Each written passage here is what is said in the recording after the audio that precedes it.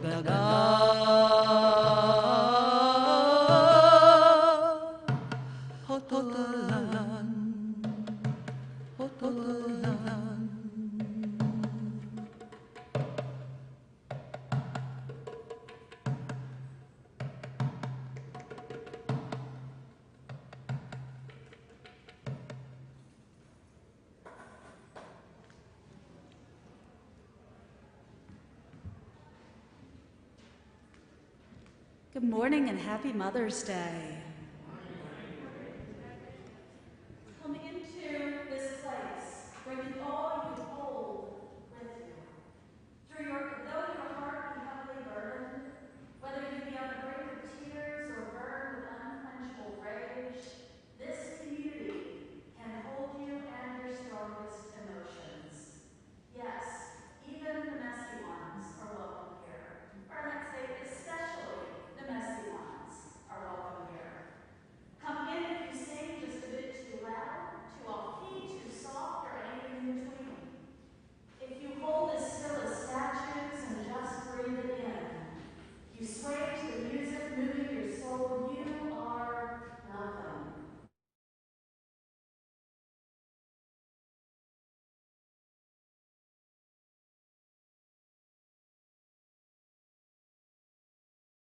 Close your eyes and quietly let your mind float free on the words as they go by. Come into this place with every piece of yourself gathered up, and let us be the church incarnate. Let us bring forth the spirit of all we love by the words of our mouths and the doing of our hands as we make this time sacred together. Come, let us worship.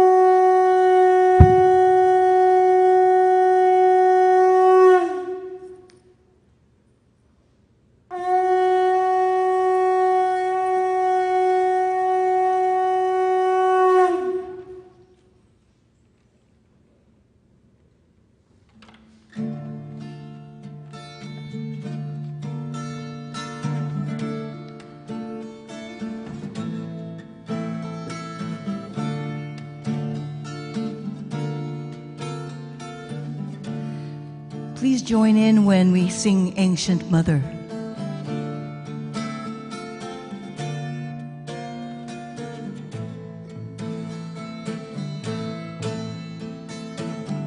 You are the great mother, weaving a magical web. All is found within one another giving, yielding without end. You are the great mother, still as a mountain, flowing like a river, dancing forever without end. Everybody.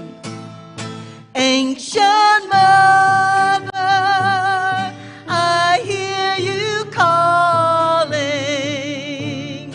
Ancient mother, I hear your song.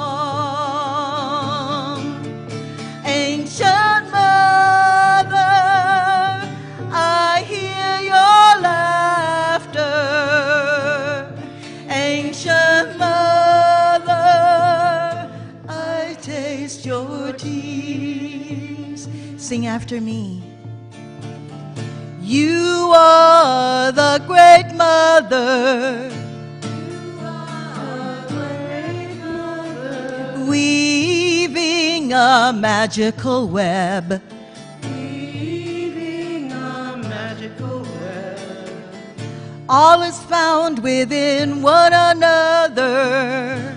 All is found within one another. Giving, yielding without end. Giving, yielding without end.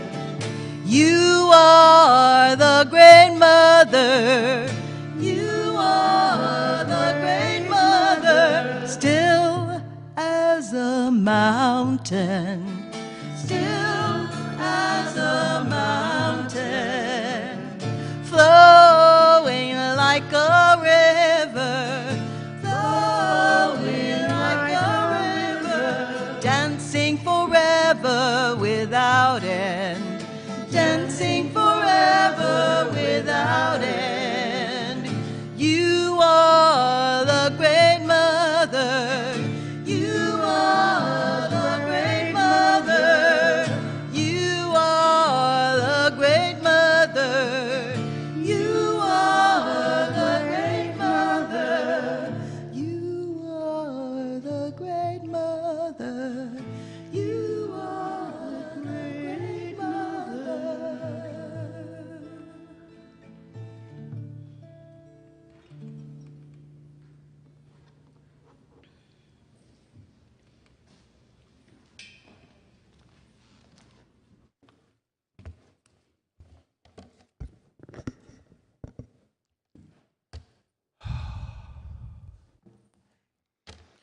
Good morning, everyone, and welcome to the Unitarian Universalist Church of Berkeley. I'm Smiley, and I will be your worship associate for today. This is a welcoming congregation, and we're always working on how to better welcome and care for one another. If this is your first time here, we are so glad that you've come. And whoever you are, we welcome you in the fullness of who you are. As we begin, we want to acknowledge that this church occupies land in Huichin, the Chochenyo-speaking Ohlone people. And we understand that we continue to benefit from the seizure and the occupation of this land. We acknowledge and embrace our responsibility to take restorative action. We affirm that this is deeply felt, and we commit our congregation to be in right relationship with indigenous communities, aligning in solidarity, supporting indigenous projects, and caring properly for the land. Let us kindle our chalice flame with these words by Leslie Takahashi. All that we have ever loved and all that we have ever been stands with us on the brink of all that we aspire to create. A deeper peace, a larger love, a more embracing hope, a deeper joy in this life that we share. We also pause to remind ourselves of some of the foundations of resilience. With Reverend Michelle, we light a candle of courage.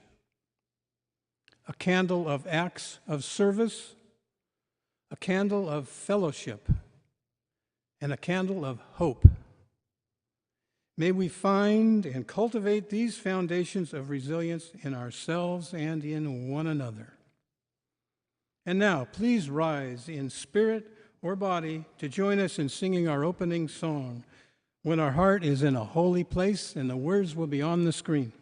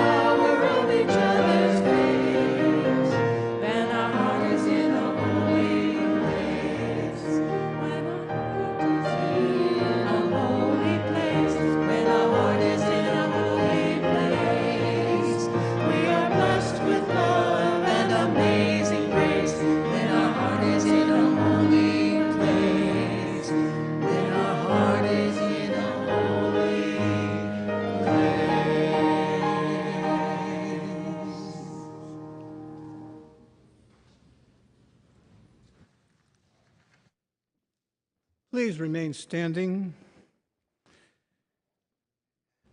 and join me in saying our covenant. Love guides this church. The quest for truth and justice is its common purpose. To give thanks, listen deeply, speak with care, honor our differences, and seek and grant forgiveness. These things we covenant with one another. Please be seated.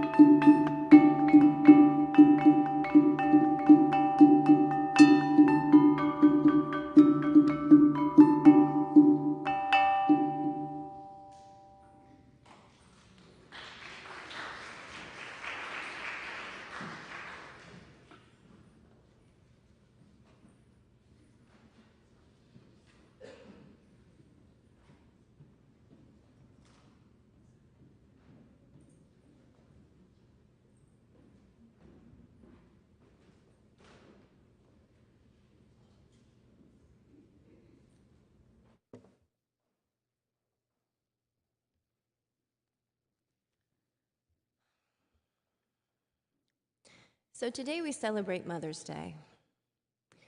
And when I was pregnant with my first child, someone gave me a good piece of advice as a mother. They said, enjoy your pregnancy because when you are pregnant, you are the queen. And then you have the baby. And then you are forever after the lady in waiting. And I found that often to be true. But I disagree with them. Mothers are queens. The Collins Dictionary defines a queen as a woman who is considered the best or most important of her kind. Mothers are definitely queens. They are teachers, healers, nurturers, sustainers, and creators. Or as I like to say, creatrixes. And sometimes these queens become grandmothers, and their children and their grandchildren seek them out for counsel, and they become wise women. I knew a wise woman, and she said to me that the river would mold me, the wild wind would cool me, that the trickster coyote, he would fool me. The father's sun would warm me, Mother Earth would clothe me, Grandmother Moon would greet me, and of the old ways she would teach me. Wise woman, she told me to always walk lightly, tread the earth ever gently, lovingly, so preciously, and take from sparingly. She said to share with others what you have learned from me. Be still and breathe ever patiently. For the web of life has woven what is to be, but you must still choose your own path. You will see. And lastly, the wise woman said to me, to listen to the wise one that dwells within me. To walk my path in balance is to be free, more than just words. So mote it be. We have many queens and wise women in this church with us. And I honor all of the queens and all of the wise women in the world. But today, I would like to first honor Fran Moulton, who is joining us online, a wise woman and queen. I would like to honor Camille Parker, who is also joining us online, a wise woman and a queen. And I would also like to call forward Carrie Simpson,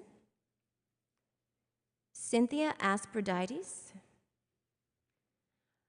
Reverend Dr. Michelle Collins, Helen Tinsley Jones, Julia Rogers, Alice Lemieux, Anne Greenwood, Sandy Portillo Robbins, Lynn Cahoon, Cynthia Greenleaf, Maren Fisher, and Jane London.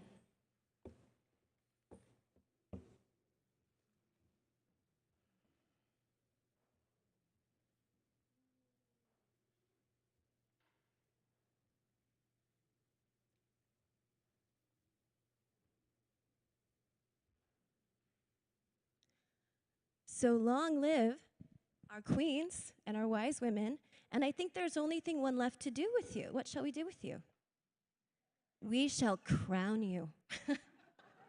And it's going to be a flower crown because I am a hippie. So enjoy the flowers.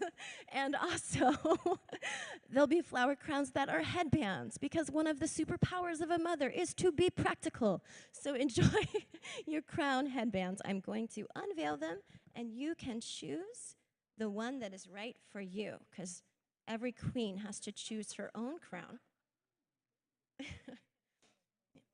And if you want a crown but did not join us, I will have extras on the family ministry table. Come visit.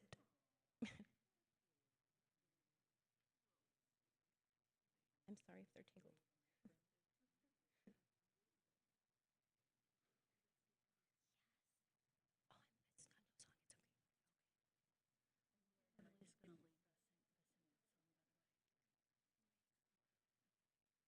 Oh, sorry. All right, so queens, wise women. If there's anyone who's not up here that feels that this title defines them, I would love for you to raise your hands right now. Just because we don't want to be up front doesn't mean that we don't want to be seen, so I'm seeing you right now. Yeah. And I wasn't going to do this, but I'm going to do this. There's a song that is sung in my high priestess tribe, which actually is called the Amazon Mothers. That's a story for another time if you ever want to talk about it. And we have a song that we sing to honor each other. It goes like this. Power of the earth, power of the moon, power of the water, power of the womb, all these are in you. Sisters, sisters.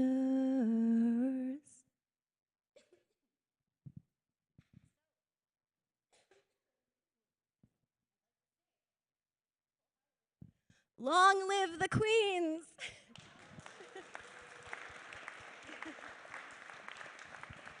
And the wise women, and the wise people. Blessed be.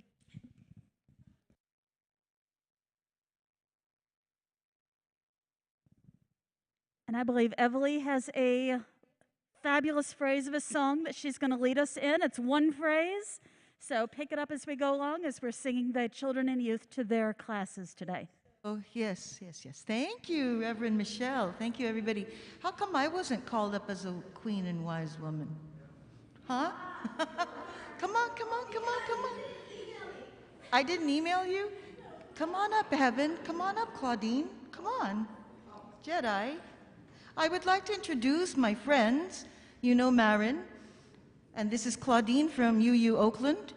This is, you know Heaven, she just spoke. This is my brother Jedi Salas. So not only is it Mother's Day, thank you, Mother. Thank you, Mommy, for all of the beautiful legacies gifts that you've given me and I'm sharing with you. It's also Asian American, Native Hawaiian, Pacific Islander Month. So that's why we're singing a lot of these beautiful songs from Asia. So the chant is Om Tare, Tu Tare, Ture Soha, to the green goddess, the activist goddess Tara, but calling her, we say Tare. And if you can't roll or flip your R, say D, so Tade, and it sounds the same.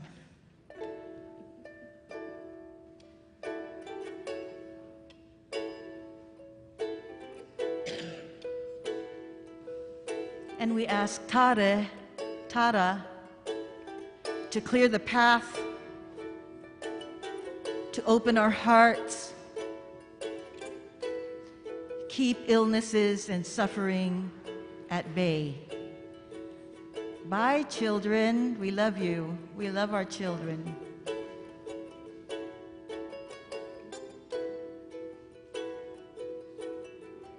So this is call response. I'll sing to you and please, please sing back to me. Any qualities of healing that you would like to invoke? Any qualities of well-being? Om Tare Tu, Tare Tu Re Soha.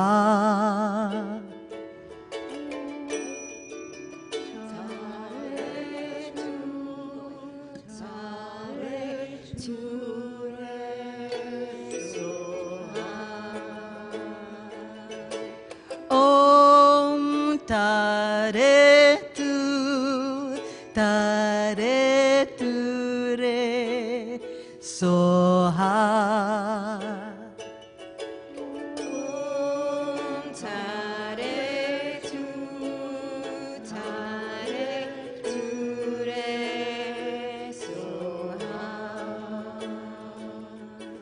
Om Tare Tu, Tare Tu Re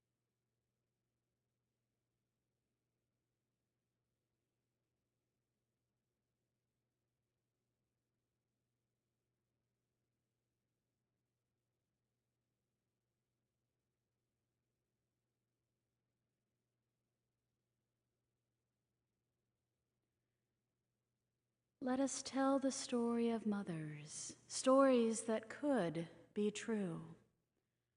Let us tell of warm mothers, soft and round, likely to be found with flour on their nose, always ready to pour you a glass of milk to go with the cookies on your plate. These mothers may be increasingly rare. Let us tell of mothers who are like bubbles of champagne. They surprise your senses, leave you giggly, and when you least expect it, they erupt with an unexpected pop. Stories that could be true. Then there are the grouchy mothers, stressed mothers, exhausted mothers, faces lined with worries and spirits tired and gray. Other mothers are wise and reliable, not prone to many words or to a lot of noise, but you know that when you need them, they'll be there. Let us tell of fierce mothers, the ones who'll love you even when you're wrong. Let us also tell of absent mothers, whose memory shimmers at the edges of your heart. Let us tell of distant mothers, cruel mothers, loving mothers, giving mothers. There are walk-away mothers, save the world mothers, too busy mothers, mothers you cry because you lost them, and mothers who make you cry because you can't. Stories that could be true. May we hold in our hearts the mothers we have known, all the mothers we have known, those who loved us and those who tried. May we forgive the mothers who didn't get it right and try to release the knots of disappointment, anger, grief, pain. May we hold in our hearts the truth that mothering, that nurturing is a task that belongs to us all. However old or young you are, whatever your gender, may you make extra room for nurturing in your life this week. May you say something real to a harried store clerk, give a co-worker a genuine compliment, take time to listen deeply to a friend. In our shared time, may we remember, reflect, and create anew stories of love and nurture from this point forward, stories that can be true. Amen.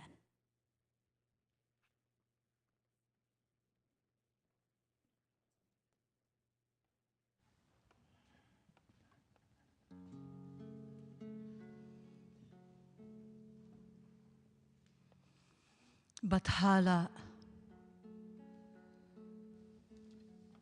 Divine Spirit, Ultimate Mystery,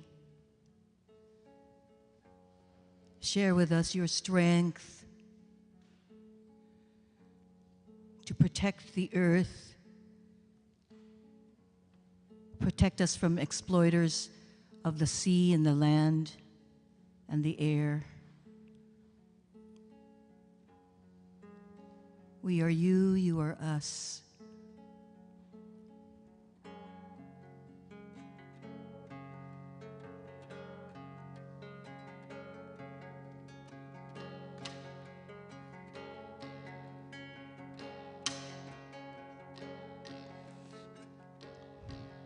Bathala,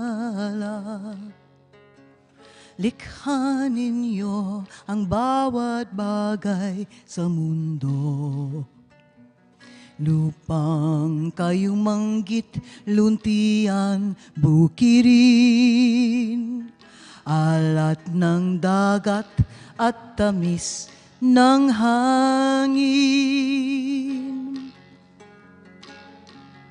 Bathala,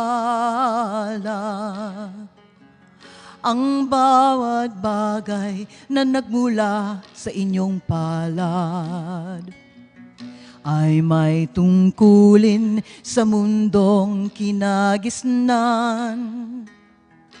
Sa pagtupad nito, ang lahat ay tinitimbang. Ang tao, inyong hinugis at pinaahon sa lupa. Pinagkalooban ng talino at diwa upang mundo'y ipagyaman.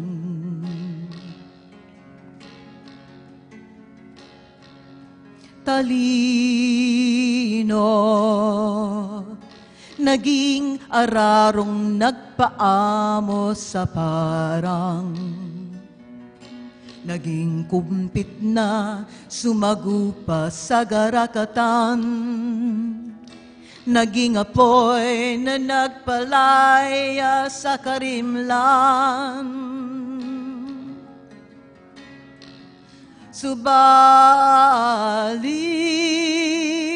buhay dalisay ay di sapat sa ilan. Sila'y nasilaw sa kinang ng kasakiman. Ganit na Diyos ang sinamba.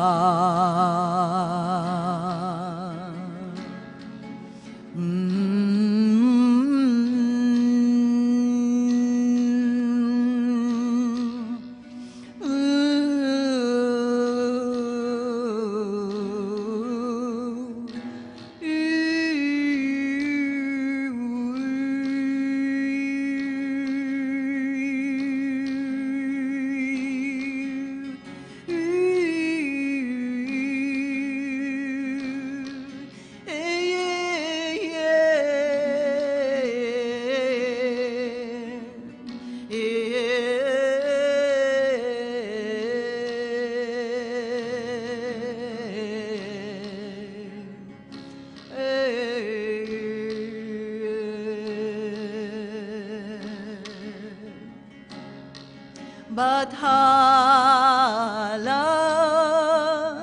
ako'y hinugis niyo't pinaahon sa lupa. Pinagkalooban ng talino at diwa upang mundo'y pagyaman. Harinawa, padhala, badhala.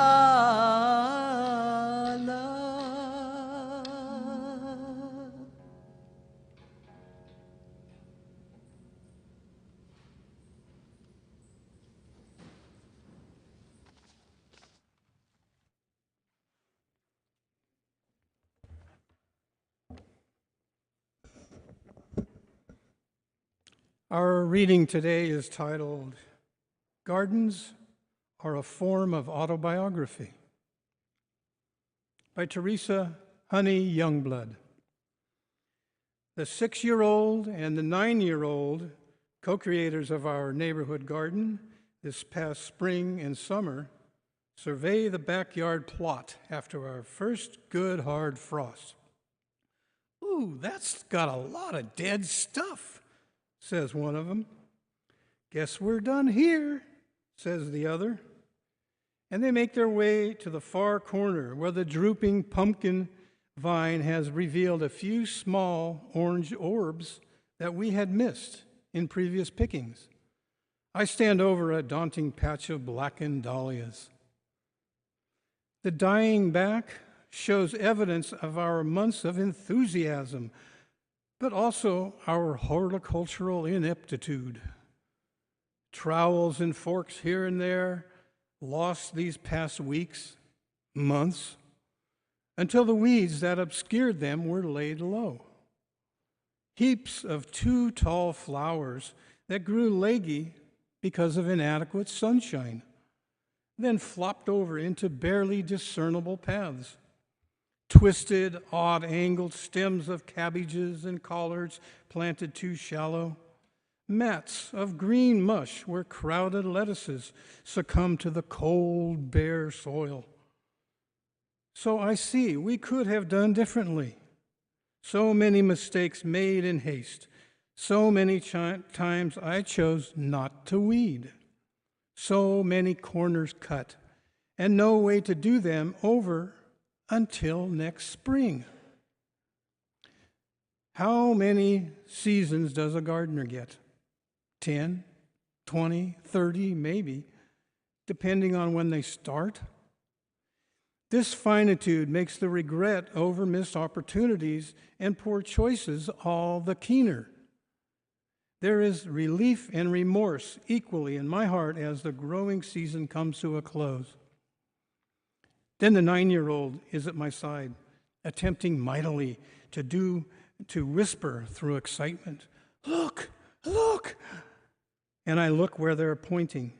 There I see a trio of goldfinches, annual migrants from more northern climates, hanging upside down to better reach the gracefully nodding brown heads of the sunflowers.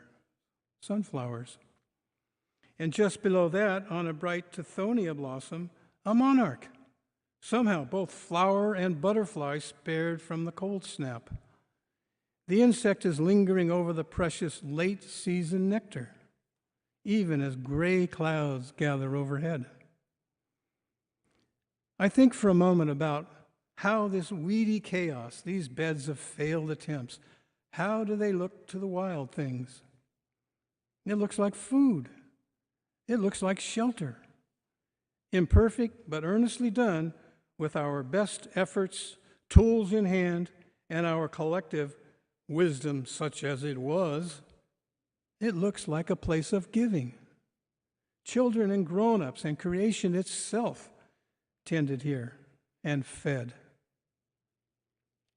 Please join me in the spirit of prayer. Greater good to whom we belong, let us remember that we are loved and needed, however in process our presentations of self. Rough and overgrown in some places, stunted and pinched in others. Help us make the spaces we inhabit, bodies and gardens and neighborhoods, places of giving. Help us let go in the fall, learn in the winter, and try again with exuberance in the spring and summer. May we grow into our goodness together.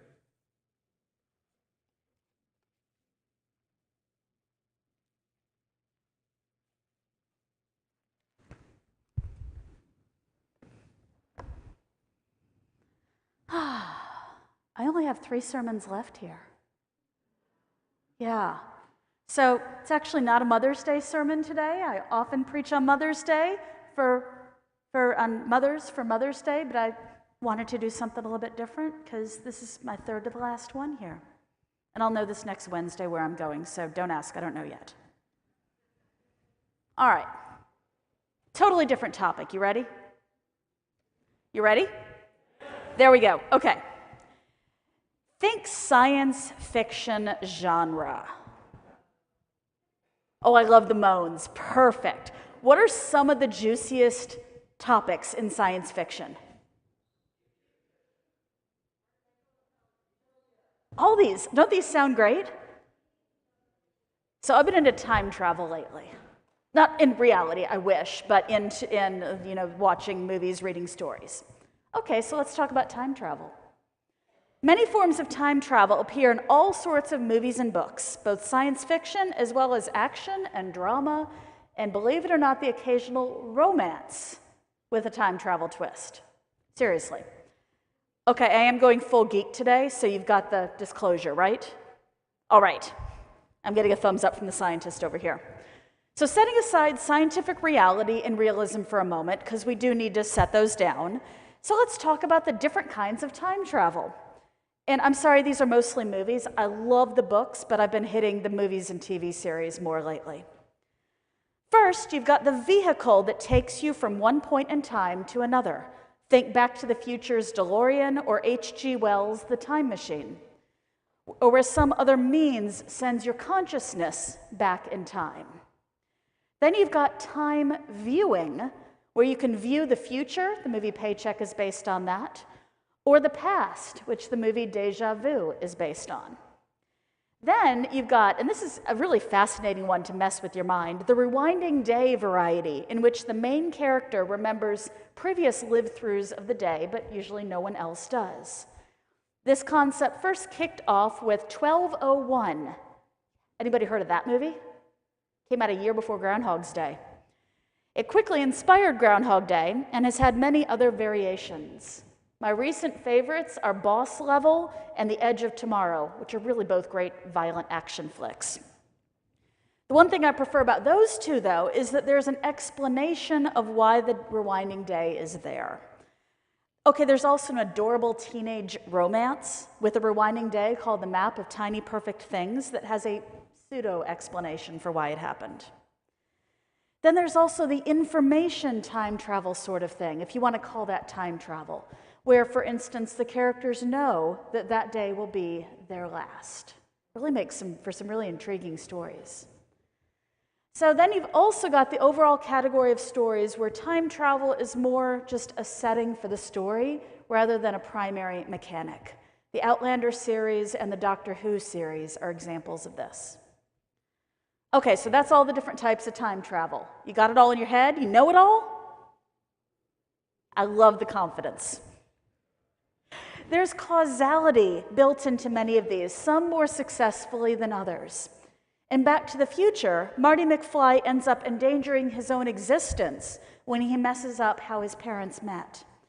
And when he accidentally inspires his nemesis, Biff, to go back in time with a collection of sports statistics, that changes the timeline because Biff gets rich and takes over instead.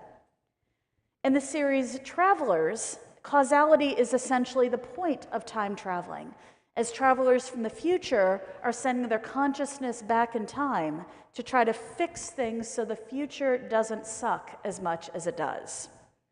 There, I finally said suck from the pulpit. Bingo card? Yes. Then you've got the brain-twisty causality in The Time Machine, when the main character is inspired to create the time machine after his fiancée is killed so he can go back in time and save her. But when he does invent it and goes back, reality in the timeline keeps on twisting to make sure she dies, because without her death, he wouldn't have invented the time machine. That squeezes the brain, doesn't it? There's a much less direct example of causality in Ray Bradbury's story, A Sound of Thunder, when a guy goes back in time to be able to hunt a dinosaur, panics, goes off of the approved path, and accidentally steps on a butterfly, and in doing so changes the entire future. Causality is such an important thing to consider in these stories that really the time travel stories that seem the least realistic are the ones that ignore causality. There's a field of theology that's close to this too. Anybody see that coming? Process theology. What traditional process theology says in a God sense is that it adds the flow of time into the work and presence of God. So it's essentially God plus time. It originated in the work of Alfred North Whitehead and Charles Hartshorne. For both Whitehead and Hartshorne, it is an essential attribute of God to be fully involved in and affected by temporal processes. So this idea contrasts with the traditional philosophies that hold God to be non-temporal, that is eternal, unchanging, immutable, and unaffected by the world in every way. Process theology says, that's not so. Maybe God may be in some ways eternal, immutable, and unchangeable, but it contradicts the classical view in insisting that in some respects God is temporal, God is mutable, and God is affected by the world. So let's expand on this, both in a general sense and an individual one. In a general sense, this says that the passage of time is fundamental. The passage of time is fundamental to the human existence, human experience, and to human existence. We humans cannot conceive of a reality without the passage of time. Process theology says it's not just a human thing either. that whatever other forces are at work in the universe, deistic or otherwise, they are also connected in at least some sense with the flow of time. In the sense of astrophysics, one ultimate truth in the universe is entropy. That is the degradation of matter and energy. And that degradation, by definition, is attached to the flow of time. Everything is in some way attached to time. But also, and here's the causality part of it, I see process theology as an empowering principle because it also says that through the connection to the flow of time, that what happens in the present affects the future.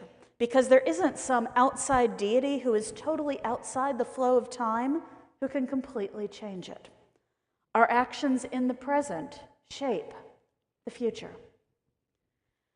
Now, does that mean we can go into the future to see how the present will affect it? No.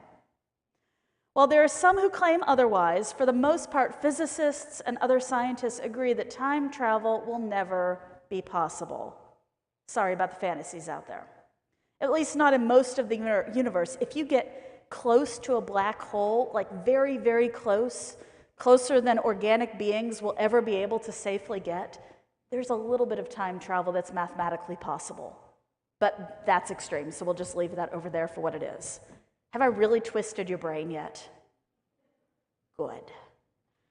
So can we literally look into the future to see what's going to happen? I wish, but no. Although there are some really good questions that come from this line of thinking. If you could go back in time and tell yourself something, what would it be? Now, usually, it's a fabulous question, usually trying to get advice and life lessons. My brother and I like to toss around questions like this, and I love his answer. First, he'd give himself a good kick in the shin to make sure he was paying attention, and then look himself in the eye and say, "Lift with your legs, not your back." And then he'd tell himself a short series of 2-digit numbers. Okay, one person got it quickly. Can we go into the future? No. Can we look directly at the future for those lottery numbers? Again, no.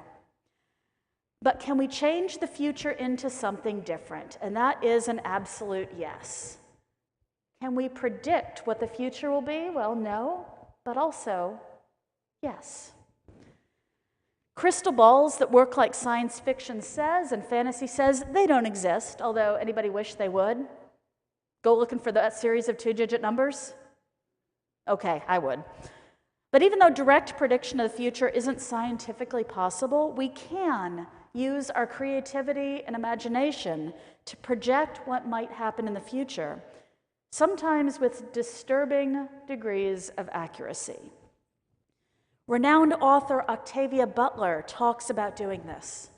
And in the most recent issue of UU World, the quarterly publication from our denomination, Bill Sinkford talks about Butler's thoughts and Unitarian Universalism. If you haven't seen it yet, it is definitely worth a read. Members get the publication. How many of y'all get that magazine quarterly? Okay. How many of you have access to the internet? Yeah, you can get it there too. Okay. Definitely worth a read. So Parable of the Sower and Parable of the Talents by Octavia Butler, published 30 years ago. In it, she wrote a post-apocalyptic story that is so descriptive of many things today, you might have to wonder if she can indeed see the future. How she describes how she did it is that she looked at what wasn't being tended to in that moment and gave it 30 years to grow. Likewise, Margaret Atwood based everything in The Handmaid's Tale on real-life stories and situations, and she has the news stories to prove it too. Butler writes about her 4 rules for predicting the future. So here's where to pay attention if you want to predict the future too. First, learn from the past. History repeats itself over and over again, and us humans are great at getting back into the same messes repeatedly. While we like to think that we are all modern and enlightened and everything, we all still have the same unconscious tendencies and the same needs and reactions. And while I like to think that love and empathy are the stronger poles for us, so often I despair and wonder if the opposite may be true. Now, I'd probably expand this rule to be learned from the past and the present. The past is a fixed thing, and although we can remember and can know what we can know about it, gets twisted in so many different ways. With us humans living in a linear timeline, the past is already done and can't be changed.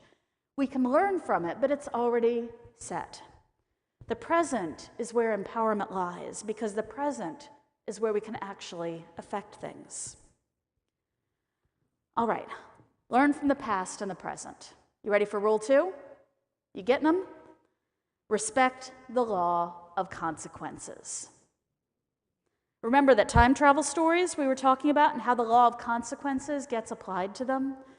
The most dissatisfying of the stories are the ones that ignored the law of consequences, because we fundamentally understand that if they ignored that, the characters are cheating reality, and that is just not believable. Respect the law of consequences. We started learning this one when we were little and would drop something and have our adult pick it up. First experiencing gravity, and then the consequence of our adult refusing to keep picking it up after a few times. The law of consequences. This rule connects with the impact of our choices in the present as well. One of the characters in the parable of the sower puts it this way: all that you touch, you change. All that you change changes you.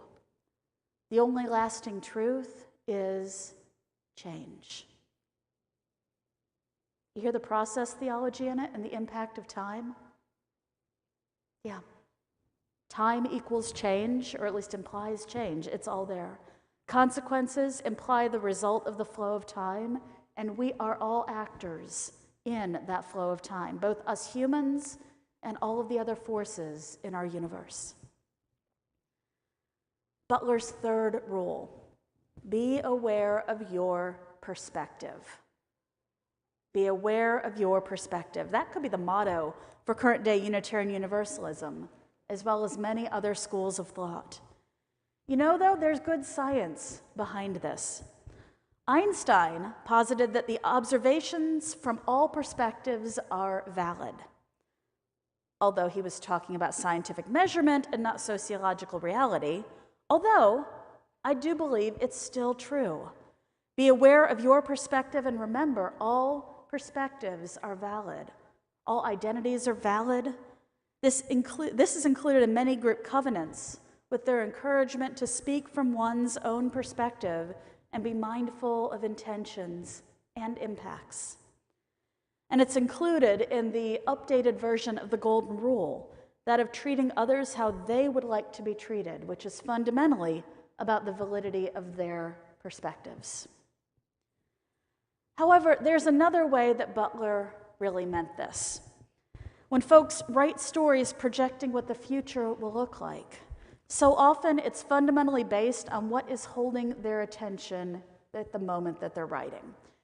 If we're in a time of prosperity, it's easy to imagine that prosperity extending indefinitely, whether that's realistic or not. But likewise, if we're in a time of seemingly unending struggle and despair, it makes sense when you can't imagine the end of that either.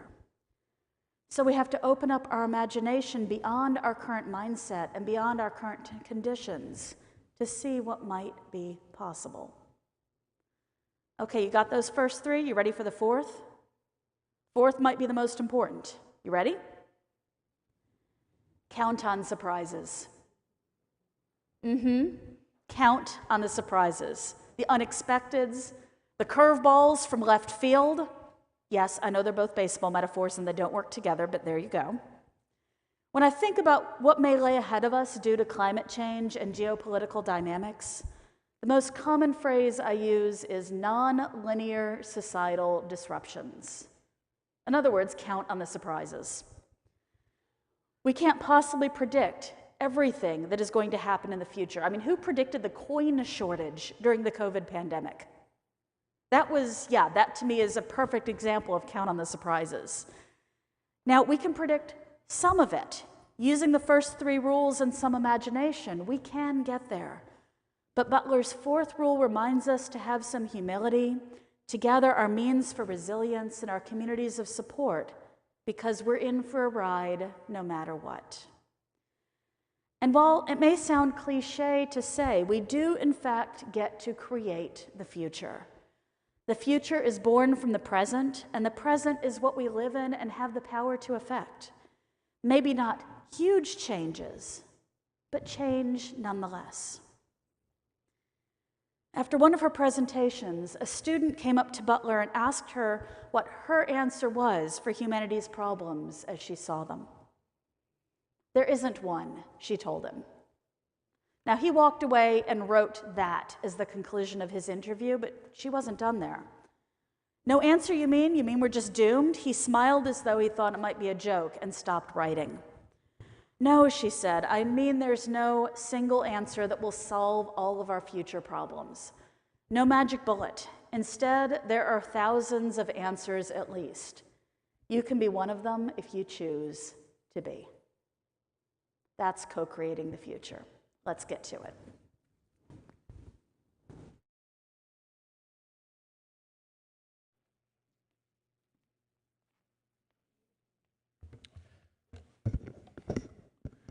We invite you now to make an offering.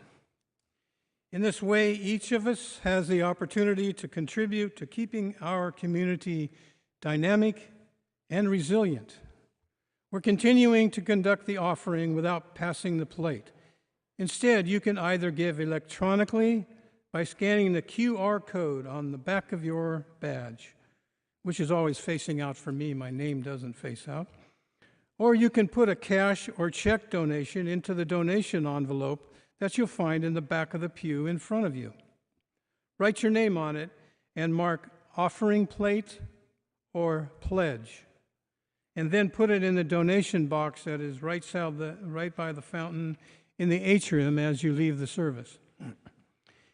Each week, half of our offering plate, so if you mark it for offering plate, half of it is shared with a nonprofit good neighbor organization recommended by our social justice council. We're grateful that you've continued to practice generosity with UUCB and our good neighbors through these difficult years. Your offering of any value is always received with gratitude. And the good neighbor for this month is, yes, Nature to Neighborhoods. In partnership with Nature, yes, nurtures leaders who champion the well-being of our community. Their vision is for Richmond youth, adults, and families to lead healthy, connected lives, motivate change in their neighborhoods, and inspire a safe, thriving community. Thank you.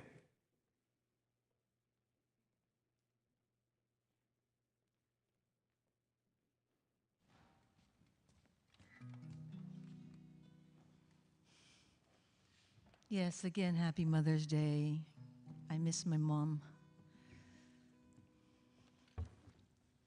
So please join in on Spirit of Life after we first sing Fuente de Amor in Spanish. The translation is actually Fountain of Love.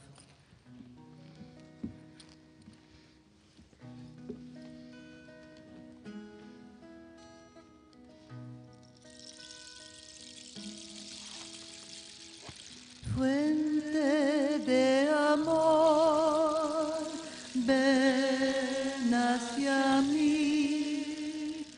Am I doing it wrong? Yeah, I am. Sorry. Let me do that again. There we go. I always try to make it a waltz, but it's not. Thank you.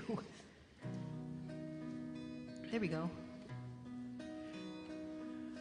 Fuente de amor, ven hacia mí y al corazón cántale tu compasión.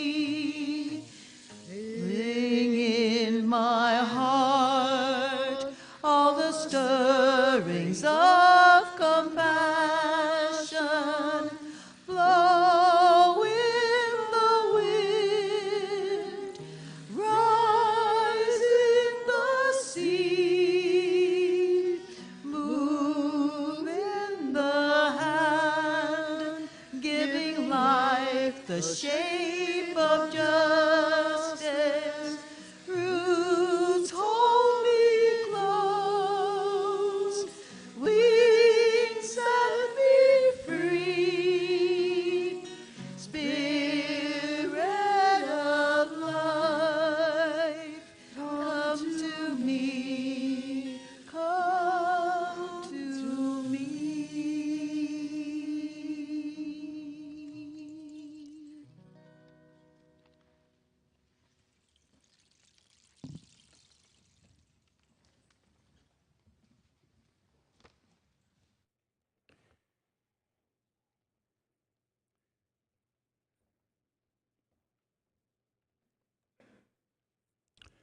Please join me in dedicating our offering. We dedicate our offering and ourselves to the mission of this congregation, to create loving community, inspire spiritual growth, and encourage lives of integrity, joy, and service.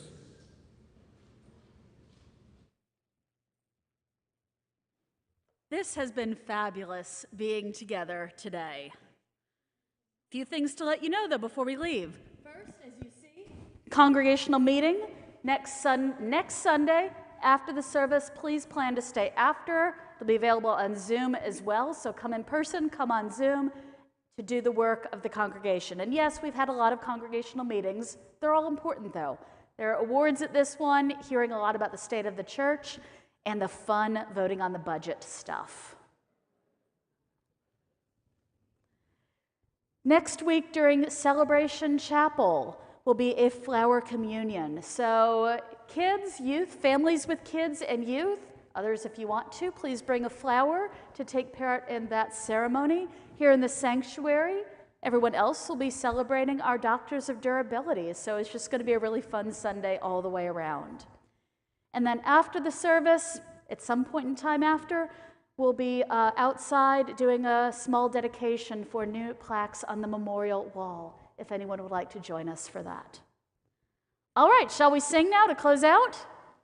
All right, please rise in body or in spirit, answering the call of love. The words will be on screen.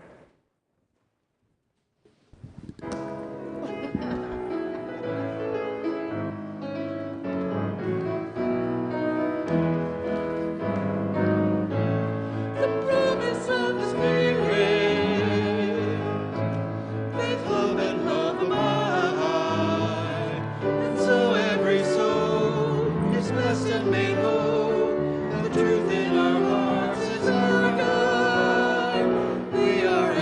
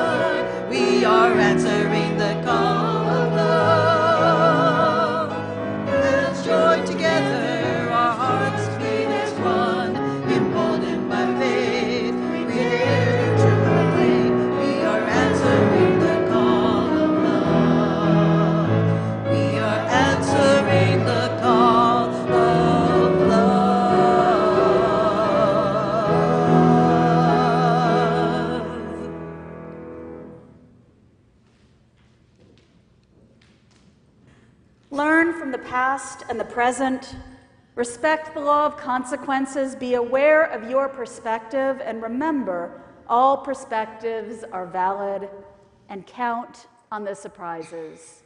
We can answer the call of love, moving through this world and co-creating the future we dream about. May it be so. Let's get to it. Blessed be.